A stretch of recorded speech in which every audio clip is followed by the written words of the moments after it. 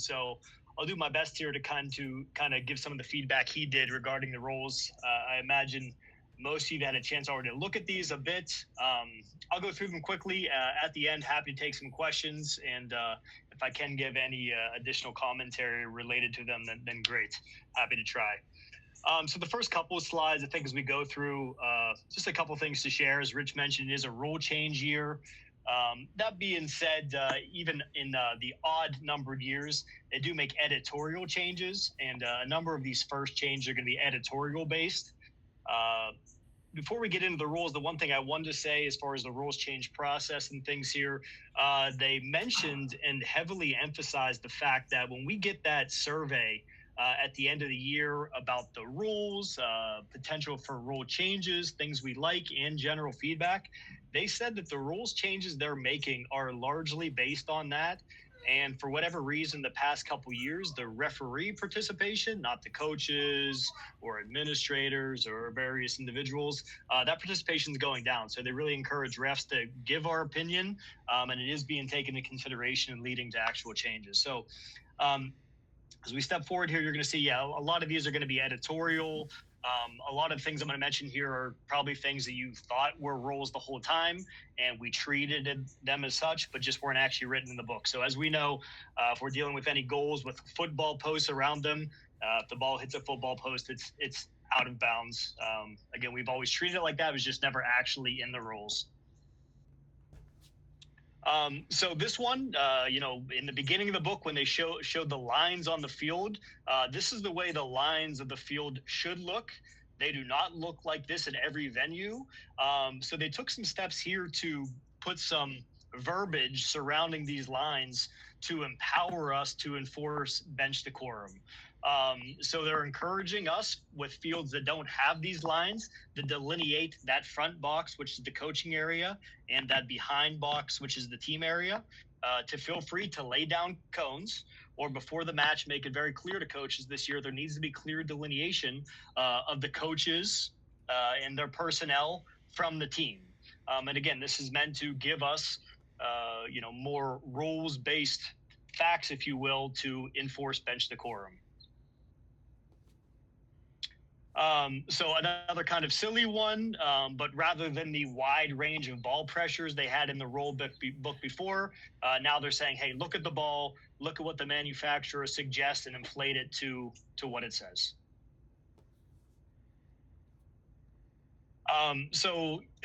This one also seems pretty straightforward, but it now says if a team is caught playing with more than 11 men or women, there is a definite punishment. That is a restart with an indirect kick, unless it's discovered, at a stoppage when a different restart would apply.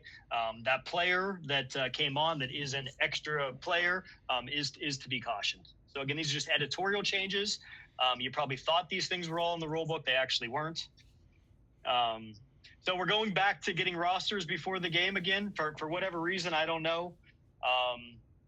So a roster to the scorer, to the opposing team, and to the officials.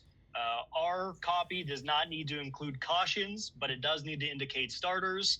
The copy giving to the other team should include cautions. Additionally, and I think a big part of where this came from, even the NCAA semifinal last year, a team was caught playing with a suspended player, if you don't remember that. So if there was a player that served or is serving a suspension, that needs to be indicated on the roster with the dates that he or she is serving it. Re-entry conditions. So, this one is just a little bit more of a common sense editorial change. So if a player is leaving the field due to an equipment issue that is not their fault, they give a couple examples there, torn jerseys, what have you, they can return during the run of play and don't need to wait to a next stoppage. If it is something like removing blood from a uniform or something like that, they still need to receive clearance from appropriate personnel, trainer, what have you. Still need to beckon them on, though. A big focus in general as far as rules, feedback, and suggestions from coaches, especially from the highest levels of the game, is that they want the ball in play more. They especially felt that after they got rid of overtime in the college game, that the tactic of wasting time only increased. And I'm sure many of you kind of saw that for yourselves. So now in the final 15 minutes of the second half, if the game is tied or the team leading substitutes, you're to stop the game. So again, in an effort to preserve time. So final 15 minutes this year as opposed to the final 5 minutes last year. So video review, and I'll kind of step aside first and say that I think last year I might have given a small presentation about video review and its implementation, as it's been fairly new over the past couple years. The one thing Rich Grady said, and it kind of remains to be seen, is that I think even still now, many of you probably think, this probably doesn't apply to my games. But we're probably getting to the place now where it's very reasonable for D2, D3 schools to have video review. He kind of went on further to say, I've got D3 schools that you've almost never heard of sending me in clips on a weekly basis to protest games or to complain to assigners about calls, that they want to be seen. So they have video equipment available. It might not be the highest end or multiple cameras, but be prepared this year that perhaps you show up somewhere unexpected and they say, hey, we have equipment available. We'd like you to use video review. You can use any piece of equipment. It could be a cell phone. That doesn't sound like something we'd like to do, but there's no restrictions on the quality of equipment or what it is. The expectation is that it's ready and made available to the officials prior to the game, and it's known that it's going to be used. We no longer have to have both teams agree to use it. So take that for what you will. So all of the non-experimental situations from last year remain in place. I'll quickly go through them, seeing whether the ball crossed the line or not and is a goal. If we need to identify players for misconduct, that can be done at any time. That's the one exception that can be done after the ball has been put back in play. That could be done at halftime if we need to go back and look at something and make sure we identified the right player. We can go see if a fight occurred, and we can dole out misconduct for any participants within that fight. We can see if violent behavior occurred. Think an elbow occurring behind play that nobody really saw. We can correct timing issues, and we can see if a foul occurred in or out of the penalty area that deserves a penalty or not. So those all non-experimental exist again this year. So now we have some additions, though, to either make our jobs easier or harder, however you want to look at it.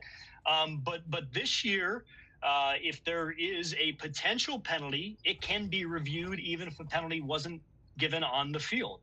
So certainly going to require the effort of the crew to realize the situation was a 50-50 call. It may have been a penalty. We may have missed it.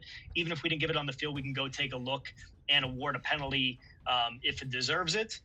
And just an added note there, it's to be done before the play restarts again. But the ball could stay in play for another minute or so before you have a chance to review it. If you go back and you do award a penalty, you will correct the clock back to the time when that penalty did occur. So also a little difference this year, straight red cards. It doesn't just have to be violent behavior, and it doesn't have to have been given on the field. If we feel that we might have missed a red card for serious foul play or violent behavior, we can go take a look and make sure we get it right. Proper punishments for denying an obvious goal scoring opportunity. We can go back and see if maybe the caution that we gave should instead be a dog-so red card if occurring outside the box. We can even come back to say that, the player, simulated, it wasn't a foul at all, and come back with saying it wasn't even a foul. So we have all those options in our tool belt there if we want to go check and see if dog-so occurred or not.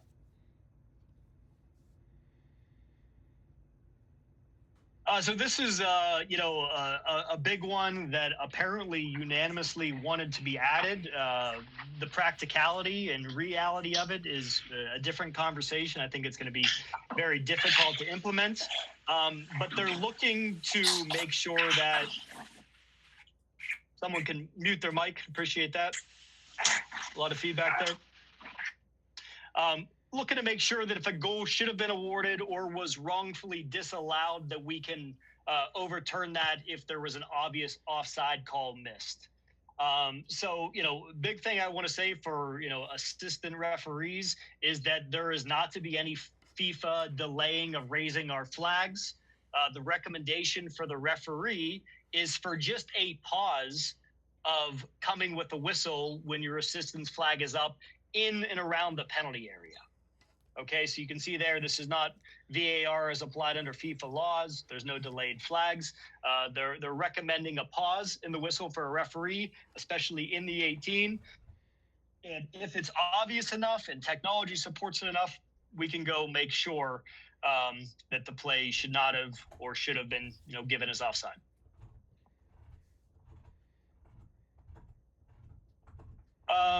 So again, we can't look for things other than what is stipulated in the rules. Okay. And that apparently was the cause of some protests and things last year.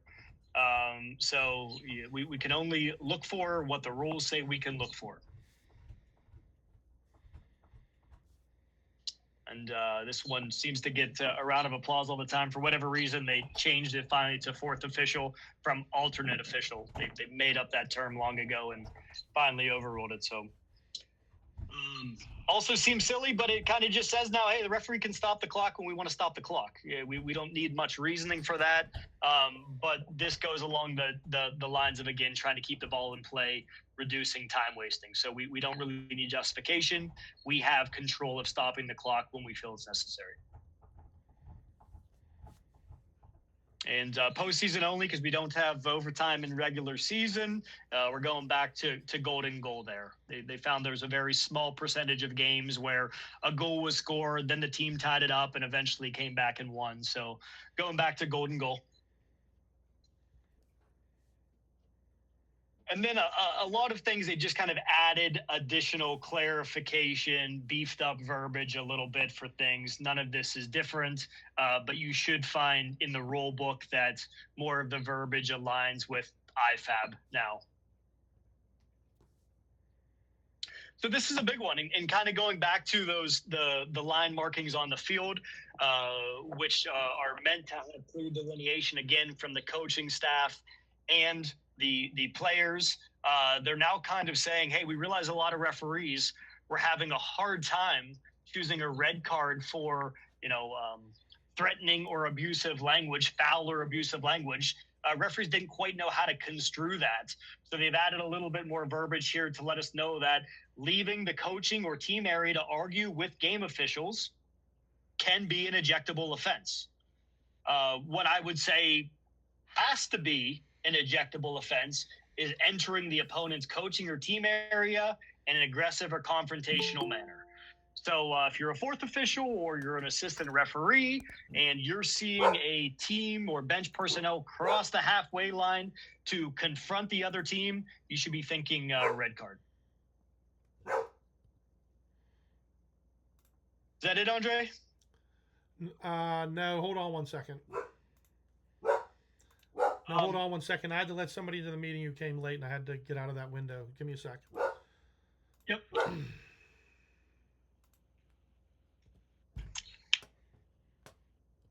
Guys, gals, I'm happy to take some questions. Can't promise I'll have the answers. Like I said, I'm happy to relay anything I heard directly from Rich Grady. I will say at the meeting I was at, there were many questions, clarifications, and, not going to lie, there were a couple of things where Rich Grady came back and said, that's a bit of a gray area.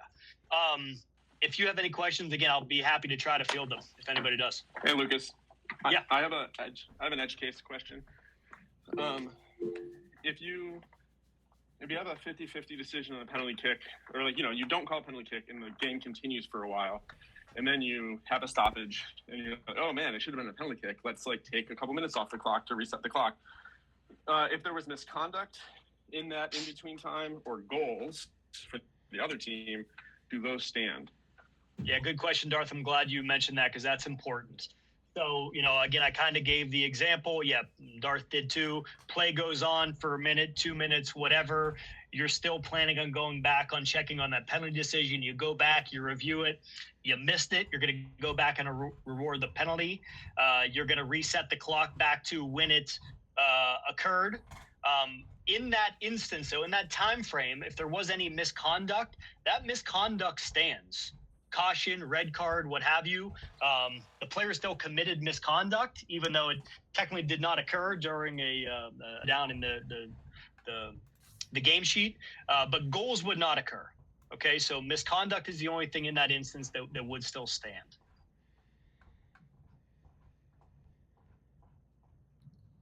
Ross, I think I saw. Yeah, please. So, with the holding of the referee pauses a second or two for the offside. So, say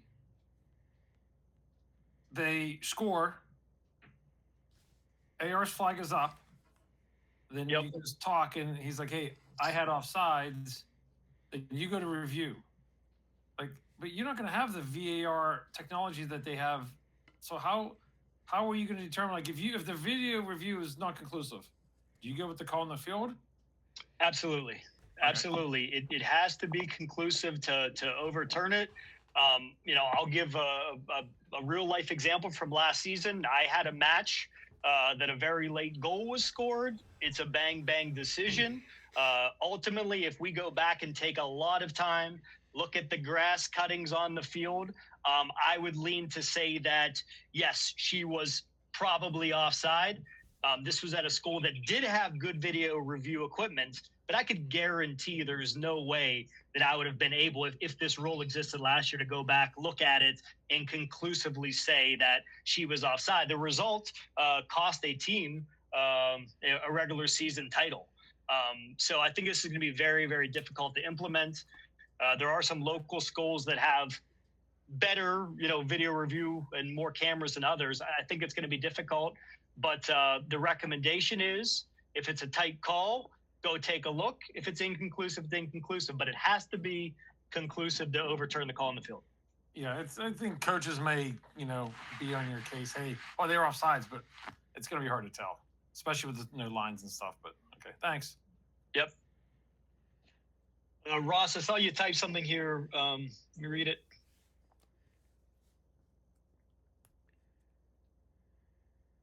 Just to clarify, a non-deliberate handball in penalty area that denies an obvious goal scoring opportunity is still a red card. Yeah, that's still a red card, Ross. Yeah, I mean, that's what they said in the ACC meeting too, but I just wanted to clarify, make sure that everyone was on the same page with that, because it's actually not covered in the NCAA rulebook. I read through it a couple of times, and that specific situation it's a gray area according to the rules. So I just wanted to clarify that. Yep. Anything else? Thanks, Lucas. All right, guys. Hey, outside of this call, if you'd like to talk through anything else from a practicality standpoint, whatever, please feel free to reach out. And again, might not have the answer, but it's always good for conversation. So thanks, everybody.